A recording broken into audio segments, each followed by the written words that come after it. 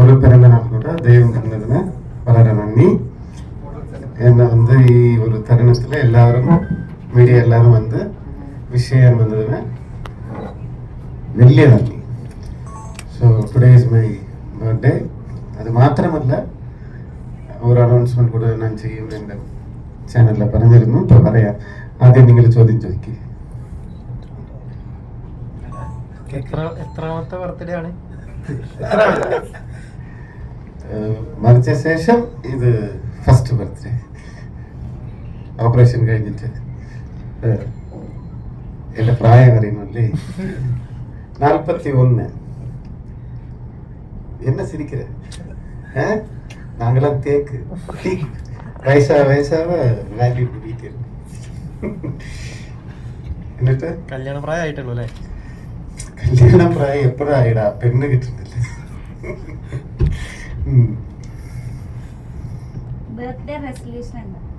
സത്യമൊന്നും വീട്ടിലില്ല. ഏതൊക്കെ സെലിബ്രിറ്റീസിന്റെ മെസ്സേജസ് വന്നിട്ടുണ്ടായിരുന്നു? കുറേ പേര് ഇന്നത്തെ ലൈവ് കണ്ടായിരുന്നോ? വീട്ടില് കുട്ടിയുടെ പോലെ എല്ലാവരും അടിച്ചു പൊളിച്ചു. കണ്ടിട്ട് കുറേ പേര് വിളിച്ചു.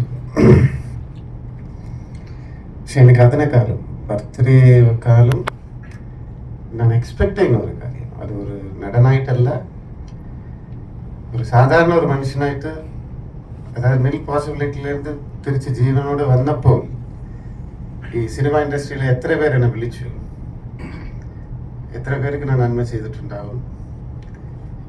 ഇതൊരു ബിസിനസ് അല്ല, പക്ഷെ എന്നാലും കുറച്ച് പേരെന്നെ വിളിച്ചിരുന്നെങ്കിൽ, ജസ്റ്റ് ഫോണിൽ സുഖമാനോന്ന് വിളിച്ചിരുന്നെങ്കിൽ കുറച്ചുകൂടെ ഹാപ്പി ആയേനെ. ഹീലിംഗ് എന്നാ ബേസിക്കലി ഹീലിംഗ് ശരീരം ഹീലിംഗ് എന്ന് പറയുന്നത് മെഡിക്കൽ സയൻസ് ഉണ്ട്, ശാസ്ത്രമുണ്ട്, ദൈവമുണ്ട്, യെസ് എല്ലാം ഉണ്ട്. പക്ഷെ കൂടെ ഇരിക്കുന്നവർ സ്നേഹിക്കുന്നതിനേക്കാളും വലിയൊരു കാര്യമില്ല. ഒരുപാട് പേര് എന്നെ സ്നേഹിച്ചിട്ടുണ്ട്. ഇപ്പൊ ഈ ബർത്ത്ഡേക്കും ഒരുപാട് പേര് എന്നെ വിഷ് ചെയ്തിട്ടുണ്ട്. ചില എക്സ്പെക്ടേഷൻസ് ഉണ്ടാവില്ലേ, നമ്മൾ അങ്ങോട്ട് സ്നേഹിക്കുന്ന ചില പേര് വിളിച്ചിരുന്നെങ്കിലോ ഉള്ളൊരു എക്സ്പെക്ടേഷൻ ഉണ്ടാവും. നിങ്ങൾക്ക് ട്രെയിലർക്കുള്ള ഒരു കാര്യം ഇട്ട് കഴിഞ്ഞു, അത് കട്ട് ചെയ്ത് കറക്റ്റായിട്ട് ഇട്ടാൽ മനസ്സിലാവും. ഓക്കെ.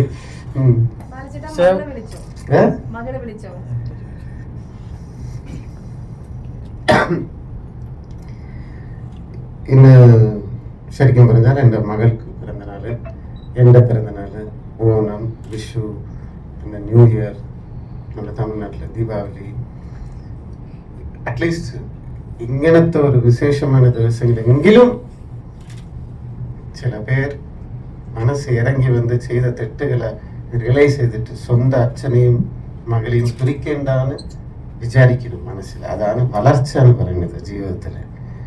ഇന്നും ഞാൻ ശ്രമിച്ചു, അറ്റ്ലീസ്റ്റ് ഫോണിൽ என்ன எழுந்துட போறாங்க ജീവിതത്തിൽ. നിന്റെ മകളല്ലേ ഇത്? ഫ്രണ്ടിൽ 4 പല്ലില്ല, അഴകാർക്ക.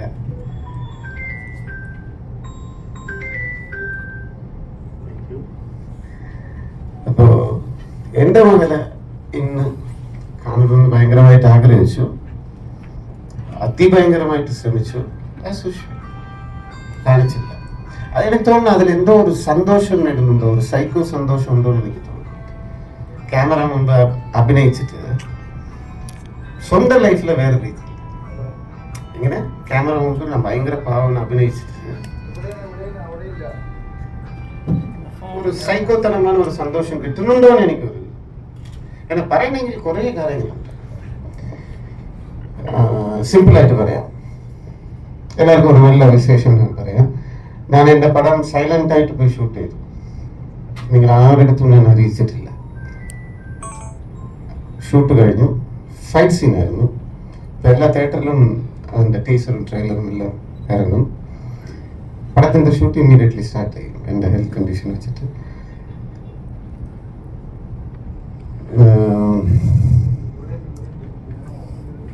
അതിൻ്റെ കമ്പനി പേരെന്താണ് എല്ലാവരും ചോദിക്കുന്നുണ്ട്. അടുത്തൊരു ഫംഗ്ഷനിൽ പോയിരുന്നില്ല, എംബനിഷത്ത് ഞാൻ ഒരേ ഒരു കാര്യം, അർഹതപ്പെടാത്ത കാര്യങ്ങൾ ന്യായമില്ലാണ്ട് നേടുന്നത് ശരിയല്ല. എൻ്റെ കമ്പനിയോட 50% വിശ്വാസത്തിൻ്റെ പേരിൽ ഞാൻ കൊടുത്തിരിക്കുകയാണ്. അന്ന് ഇപ്പൊ ലീഗലി കാര്യങ്ങളെല്ലാം എന്നോ കഴിഞ്ഞു. എന്ന് വേണ്ടാന്ന് പറയുന്നവർക്ക് എന്തിനാ എന്നോட സ്വത്ത് മാത്രം, എൻ കാശ് മാത്രം என்ன? ഇത് ഏത് ന്യായം? ഒരു ഒപ്പുക്ക് ഇത്ര ലക്ഷമാ? അവിടെ ഇருந்து നിങ്ങൾ കേൾക്കുമ്പോൾ നിങ്ങൾക്ക് മനസ്സിലാവില്ലേ എനിക്ക് എவ்வளோ സ്ട്രെസ് ഇருக்கு. ഞാൻ എൻ്റെ അച്ഛൻ്റെ പൈസ, ഞാൻ ഉണ്ടാക്കിയ പൈസ വെച്ചിട്ട് അന്തസ്ഥായിട്ട് പടം എടുക്കുന്നു നോക്കുമ്പോൾ അതിലും കൂടെ കൈവയ്ക്കുവോ? സ്വന്തം ജീവിതം നശിപ്പിച്ചു കഴിഞ്ഞു. അതാണ് എനിക്ക് പറയാൻ പറ്റില്ല ഓപ്പണായിട്ട്.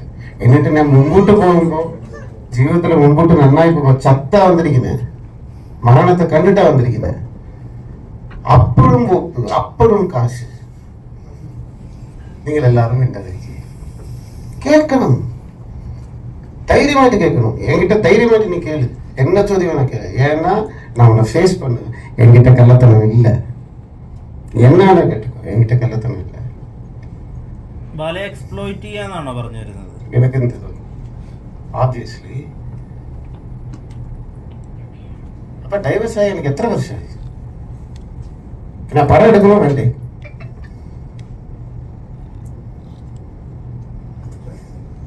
சரி, இன்னும் என்கிட்ட பிறந்த நாள், ஏன் என் மகள் ஜஸ்ட் ஒரு ஃபோன் போடும் கொடுக்காது, ஏன் இங்கன்னு மாற்றி வைக்கின்றது? ஃபோன்ல விളിച്ച് அப்பா ஹாப்பி பர்த்டே அப்பான்னு சொன்னா என்ன குறைஞ்சு போயிடுது ലൈഫില്? എൻ്റെ അടുത്ത് എൻ്റെ പ്രിയ സുഹൃത്ത് സിദ്ധി ഉണ്ട്, കരുകപ്പുള്ള സിദ്ധി. ഇല്ല സിദ്ധി, നമ്മൾ പോയി ഇങ്ങ വാ, എല്ലാവരും മുമ്പ് വെച്ച് പറ, സത്യങ്ങൾ പറ, എല്ലാവരും കേൾക്കണം. വീഡിയോ എങ്ങിട്ട് ഇருக்கு, കള്ളം പറയുന്നില്ല. സ്കൂളിൽ ഞങ്ങൾ പോയി, സ്കൂളിൽ പോയിട്ട് ഒരു 300 ഫീറ്റ് ഇരിക്കുമ്പോൾ 200 ഫീറ്റ് എന്നെ സമ്മതിച്ചോ? ഇല്ല, സമ്മതിച്ചില്ല കാണാൻ. ഒരുപാട് ശ്രമിച്ച്, ഞാനും ഉണ്ടായിരുന്ന കൂടെ. എനിക്കും ഒരു 4 കുട്ടികളുണ്ട്.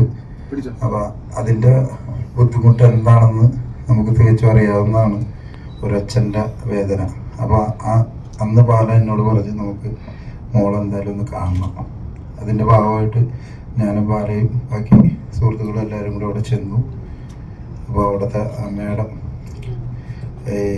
കാണിക്കാനായിട്ടൊരു ചെറിയ, അവർ പറഞ്ഞതിൻ്റെ അടിസ്ഥാനത്തിലായിരിക്കും, കാരണം അദ്ദേഹം ദൂരെ നിന്ന് കണ്ട് അത് ഭയങ്കര പ്രയാസമായി നമുക്ക്. എന്താ കാരണം എന്ന് വെച്ച് കഴിഞ്ഞാൽ എനിക്കും 4 കുട്ടികളാണ്, നമ്മൾ അവരെ നോക്കണത് അതേമാതിരിയാണ്. അപ്പം പുള്ളി അതേപോലെ ഭയങ്കര ഫീൽ ചെയ്ത ദിവസമാണ് അന്നത്തെ. എന്നാൽ ഒരു കരയുകയും ചെയ്ത്, അറിയാണ്ട് കണ്ണുനീര് വന്നത് വരെ എനിക്കതിൽ കാണാൻ പറ്റി. വളരെ പ്രയാസമാണ്.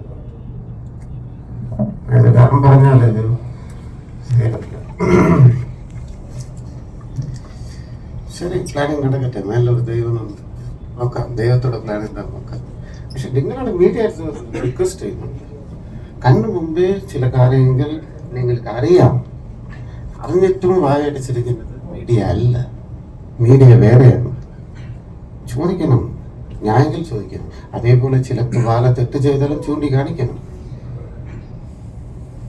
തപ്പ് പண்றவன் தான் മനുഷ്യൻ, തപ്പേ பண்ணலன்னா கடவுளாயிடு இல்லையா? നെക്സ്റ്റ് പരിമിതികൾ ഉണ്ടാവല്ലോ പാലച്ചേട്ടാ, അതുകൊണ്ട് നമ്മളിങ്ങനെ ചേച്ചാ പരിമിതി ഇല്ല. നീ എന്നെ കേൾക്കപ്പെടുന്ന എനിക്കറിയാം. നമ്മുടെ അമൃത ആയിട്ട് ഈ ഉണ്ടായ ഒരു വേർപിരിയാൻ ഉള്ള ഒരു കാരണം, പല കാരണങ്ങളും ഉണ്ടെന്ന് പറയുമല്ലാണ്ട് ഇതുവരെയായിട്ടും അത് എന്താണെന്ന് പറഞ്ഞിട്ടില്ല. ഞാൻ ഇപ്പോൾ കുറച്ച് അപ്സെറ്റ് ആവുക. മകളെ ഇന്നെങ്കിലും അറ്റ്ലീസ്റ്റ് ഒരു വീഡിയോ അല്ലെങ്കിലും കാണണമെന്ന് ആഗ്രഹിച്ചു. എപ്പോഴും ദേഷ്യപ്പെടുമ്പോഴോ സങ്കടത്തിലോ ഒരു വാർത്തകൾ സംസാരിക്കാൻ പാടില്ല. പക്ഷെ എന്നാലും ഞാൻ പറയാം,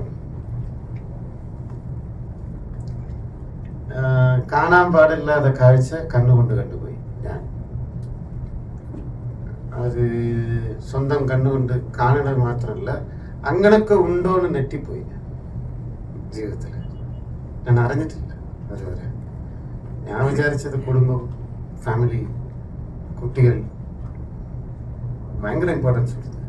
அந்த ഒരു കാഴ്ച ഞാൻ കണ്ട ശേഷം ഒന്നുമില്ല, ഇനി ഇഴക്കാൻ ഒന്നുമില്ല എനിക്ക്. അന്ന് ഞാൻ തളർന്നു പോയിട്ടാണ്. എത്ര വലിയ ബലശാലിയായാലും ചില തരുണം അവന്റെ അടിസ്ഥാനം, അവൻ മനസ്സിലാക്കിയ അടിസ്ഥാനം വളർന്നത്, അവൻ ജീവൻ മുഴുവൻ വിശ്വസിച്ചത്, അവനുடைய എല്ലാം തകർന്നു ഒരു സെക്കൻഡിൽ മറിയുമ്പോൾ ഫ്രീസ് ആയിടും അവൻ. അല്ലെങ്കിൽ அந்த 3 പേര് എസ്കേപ്പ് ആവില്ല, 2 പേരല്ല 3 പേര്. Okay, next question. ഒന്നൊരു വ്യക്തത ഇല്ല. പോയി വീട്ടിൽ പോയി ആലോചിച്ചത് കറക്റ്റ് കിട്ടും. നമ്മൾ എന്ത് കൊടുക്കും? നീ എന്ത് കൊടുക്കുമല്ലേ, ദൈവം തീർച്ചയായിട്ട് കൊടുക്കും. പക്ഷെ എത്ര കാലം ഇത് ഇങ്ങനെ ഇത്ര കാര്യങ്ങൾ മറച്ചു വെക്കാനുണ്ടായ ഒരു കാരണം? മകൻ, ഇതേ എനിക്ക് ആൺകുട്ടിയാണെങ്കിൽ തുറന്ന് എല്ലാം പിക്ചറോടെ പോട്ടെ, പെൺകുട്ടിയായിപ്പോയി. അവളുടെ ഭാവി ഇനി വരുന്ന അവളെ ഒരു നല്ല ഒരു സെക്കൻഡ് കെട്ടി വരും, നല്ല ലൈഫ് വരണം. ഇതൊന്നും എൻ്റെ പാസ്റ്റ് அவளை வந்து பாதிக்கக்கூடாது. பெண்குட்டியா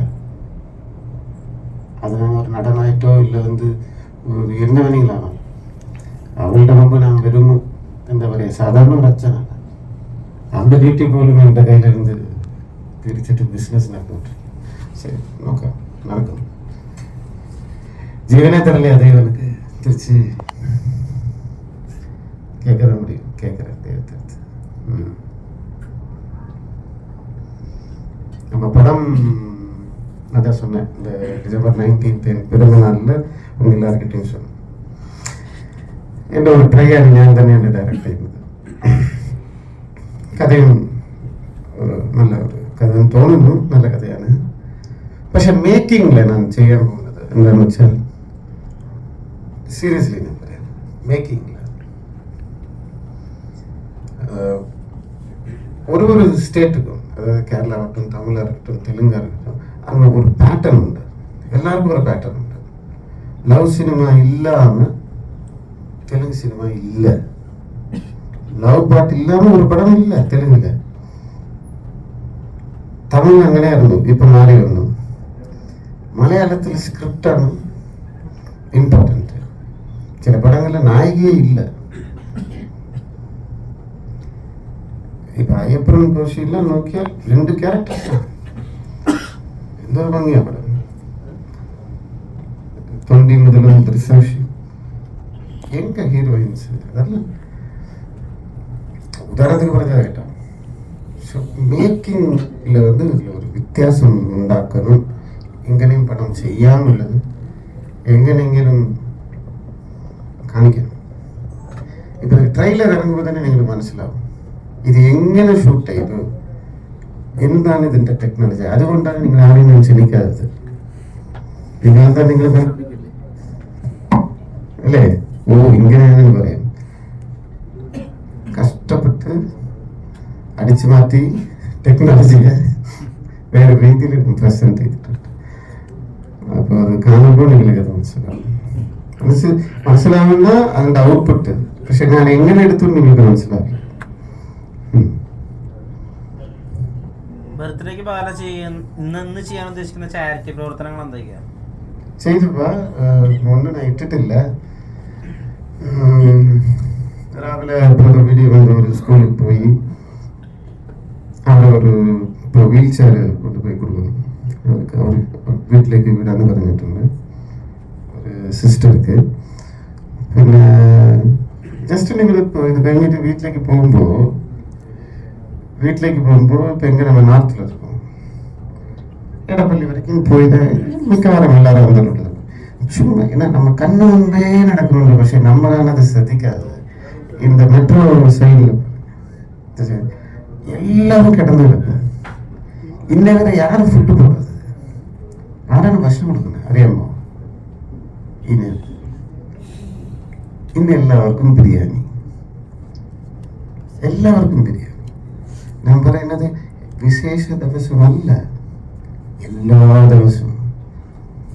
ഇങ്ങനെ എല്ലാ ദിവസവും போய்கொண்டிருக்கோம்.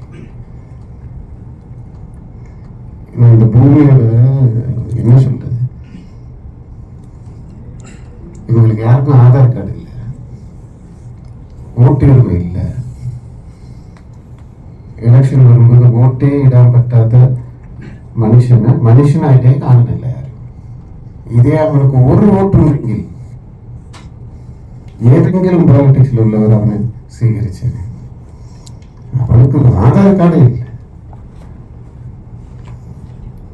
ഭക്ഷണമില്ലാണ്ട് ബ്ലഡ് സർക്കുലേഷൻ പട്ടുകൾ പോലെ കിടക്കുന്നവർ. ഇന്നവരെ ഭക്ഷണം കൊടുക്കുന്നുണ്ട്, എന്നെ കൊണ്ട് ചെയ്യാൻ പറ്റുന്നുണ്ട്. ഇനി എൻ്റെ പിറന്നാൾ എല്ലാവർക്കും ബിരിയാണി കൊടുക്കുന്നുണ്ട്. അതേപോലെ മടയില വന്ന് തളർന്നു പോയ ചെന്നൈയിലുള്ള എല്ലാ ആശ്രമത്തിലും ഫണ്ട് പോയിക്കൊണ്ടിരിക്കുന്നു. എൻ്റെ താഴെ 1500 പിള്ളേരുണ്ട്. ഡൗട്ട് ഉണ്ടെങ്കിൽ വിത്ത് വീഡിയോ നിങ്ങൾക്ക് കാണിച്ചു തരാം. ഇതൊന്നും ഞാൻ എക്സ്പോസ് ചെയ്യാറില്ല, ഇതൊന്നും പൊളിറ്റിക്സ് ഇല്ല. ഞാൻ നടനായ ശേഷമല്ല ഇത് ചെയ്തത്, ഞാൻ ചെയ്ത് കഴിഞ്ഞിട്ടാണ് നടനായത്. രണ്ടത്തും വ്യത്യാസമുണ്ട്. ഇന്നലെ ഞാൻ ചെയ്തതല്ല ഇത്, 17 വയസ്സിലെന്ത് ചെയ്തിട്ടുണ്ട്. അതിൻ്റെ തെളിവ് എനിക്കുണ്ട്. തെളിവ് നിങ്ങളടുത്ത് കാണിക്കേണ്ട ആവശ്യമില്ല.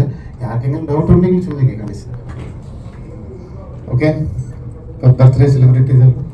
ചേട്ടാ മകൾക്ക് എത്ര വയസ്സായി?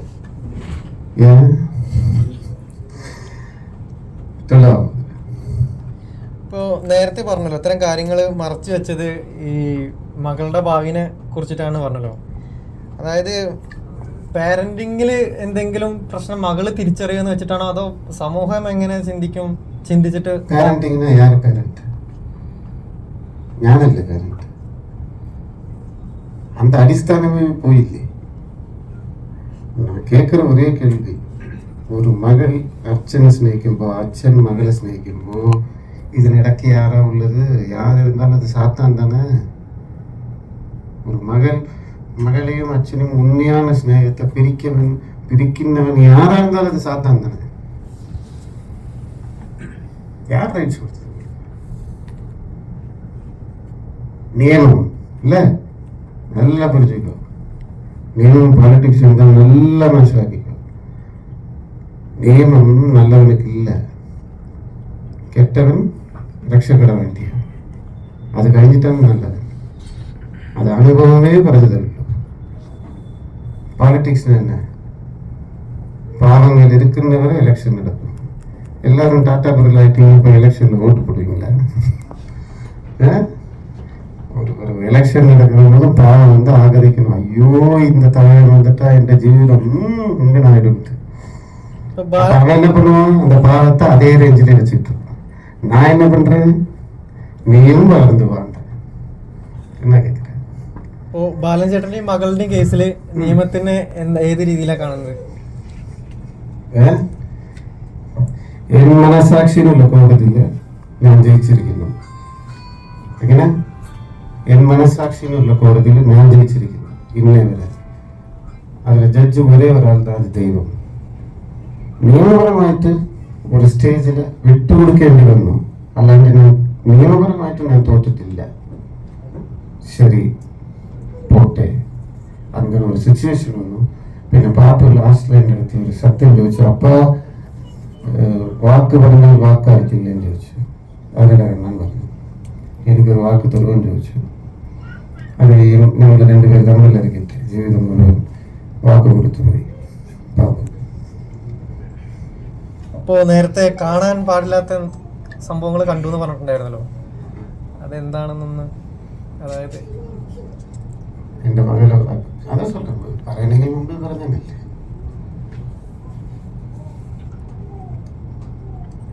இந்த ஆப்ரேஷன் കഴിഞ്ഞിട്ട് ചെറിയൊരു മെമ്മറി ലോസ് ഉണ്ടാവും ലൈഫിൽ. ആ കൂട്ടത്തിൽ ഇത് നടന്നിരുന്നെങ്കിൽ இந்த ഇൻട്രോയിൽ ഇതൊന്നും പറഞ്ഞിട്ട് പോലും ഉണ്ടാവില്ല. പക്ഷെ அந்த മുഖങ്ങളും அந்த കാഴ്ചയും എനിക്കൊരു ശാപമാണ് ജീവിതം മുഴുവൻ. കിടക്കുമ്പോഴും ഏതെങ്കിലും അതിനനുസരിച്ചിട്ട് ഒരു പടം കാണുമ്പോൾ ഒരു എനിക്ക് പറ്റുന്നില്ല. എൻ്റെ കാഴ്ച എന്നാൽ മറക്കാൻ പറ്റുന്നില്ല. Let's celebrate, okay? Okay, let's celebrate. Yeah.